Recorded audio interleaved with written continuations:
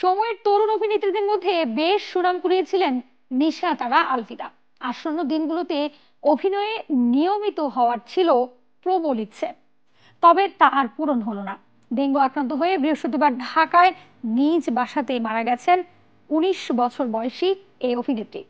গণমাধ্যমে মৃত্যুর খবরটি নিশ্চিত করেছেন তার পরিবার।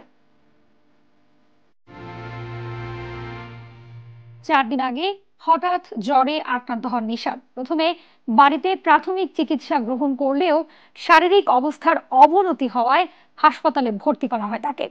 এরপর শরীরে প্লাটেলেট বৃদ্ধি পাওয়ায় বাড়িতে নিয়ে আসা হয়, কিন্তু শেষ রক্ষা আর হয়নি। নিজ বাসাতেই প্রাণ হারান এই অভিনেত্রী। তার মৃত্যুর পর মরদেহ নাটোরে নিয়ে যাওয়া হয়েছে, সেখানেই তাকে দাফন করা হয়। মৃত্যুকে ঘিরে তৈরি হয়েছে রহস্যের।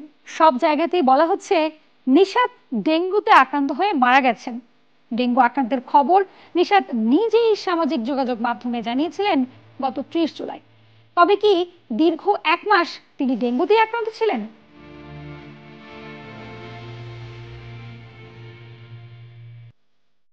মাত্র ৪ দিন আগে নিশাত তার ফেসবুকে ছবি আপডেট করে লেখেন, পরের জন্মে শালিক হব। ২ দিন আগে হাসপাতালের বিছানায় শুয়ে আছেন এমন একটি ছবি দেন, সঙ্গে দেন হৃদয় ভাঙা ছবি। মৃত্যুর ২১ ঘন্টা আগে তার ফেসবুক স্টোরিতে লেখেন শেষ, সঙ্গে ফের হৃদয় ভাঙার ইমোজি, আর লেখেন সে ভালো থাকেন।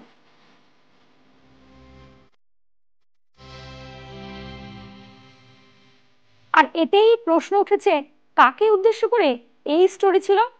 নেটিজেনদের একাংশ মনে করছেন নিশাত আরা আলভিদা গত ৫ দিন ধরে মৃত্যুর পথে হাঁটছিলেন, যেখানে হৃদয় ঘটিত বিষয়টিও থাকতে পারে।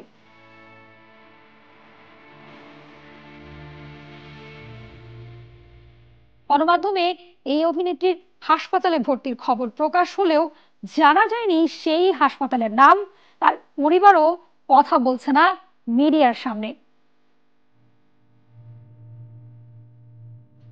নিশাতের বেড়ে ওঠা নাটোর জেলায়, সেখান থেকে এসএসসি পাশ করেছেন। নাটোরে একটি কলেজে ভর্তি হয়ে পরে তিনি ঢাকায় চলে আসেন।